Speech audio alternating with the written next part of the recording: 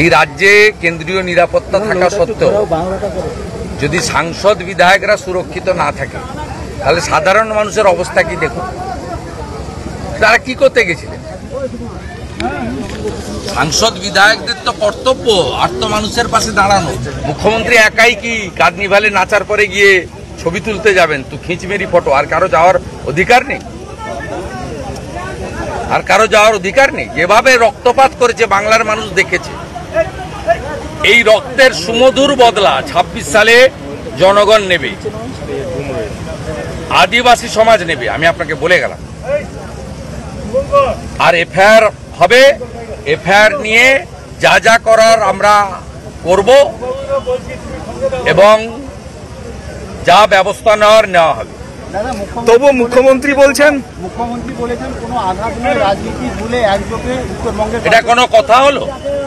মুখ্যমন্ত্রী ওই লোকগুলোকে নামগুলো তো দেখেছেন, আমি পোস্ট করেছি। ওরা কারা? বিশেষ কমিউনিটির গুন্ডা তৃণমূলের, তাদেরকে দিয়ে সব জায়গায় এর আগে কোচবিহারেও করিয়েছিল। মুখ্যমন্ত্রীর তো উচিত ছিল ঘটনার নিন্দা করা।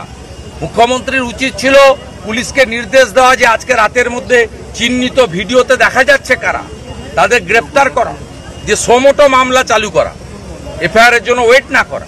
তা না করে আর যেন না হয় সবাই মিলেমিশে যেন থাকে লম্বা কনভয়, উনি আর ওনার ভাইপো লম্বা কনভয় নিয়ে ঘুরবেন। দাদা, আজকে যে ঘটনা নাগরাকাটায় ঘটেছে, বিজেপির পক্ষ থেকে বলবার চেষ্টা হচ্ছে যে তৃণমূলের লোকেরা এই ঘটনা ঘটিয়েছে। আমরা একটা কথা পরিষ্কারভাবে বলি, যারা দুজন এখানে এসেছিলেন, একজন হচ্ছে শিলিগুড়ির বিধায়ক আর একজন হচ্ছে মালদার এমপি, এরা নাগরাকাটার মানুষকে চেনার কোনো প্রশ্ন নেই। এরা তো নাগরাকাটার মানুষের সাথে কোনো যোগাযোগ নেই।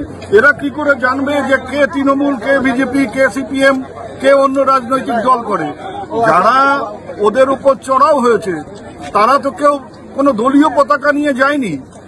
আমরা কোনো এই ধরনের ঘটনা সমর্থন করি না।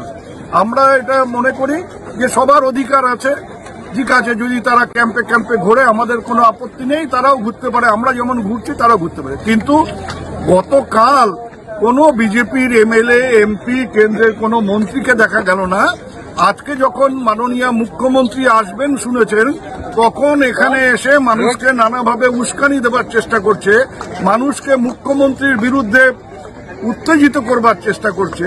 যে মানুষগুলোকে মুখ্যমন্ত্রীর বিরুদ্ধে উস্কানি দেওয়ার, মুখ্যমন্ত্রীর সম্বন্ধে সমালোচনা করা, মুখ্যমন্ত্রী সম্বন্ধে বাজে কথা বলবার চেষ্টা করেছিল, সেই মানুষগুলোই ওদের বিরুদ্ধে বিক্ষোভ দেখিয়েছে। বিক্ষোভ না দেখালে বিক্ষোভ দেখিয়েছে, কিন্তু সেটা গাড়ি ঘোড়া ভাঙচুর যেটা হয়েছে বলে শুনেছি, সেরকম না হলে ভালো হতো। কিন্তু এটা অস্বীকার করবার কোনো উপায় নেই, একটা মানুষ তৃণমূলের কথা এই ঘটনা ঘটায়নি। তারা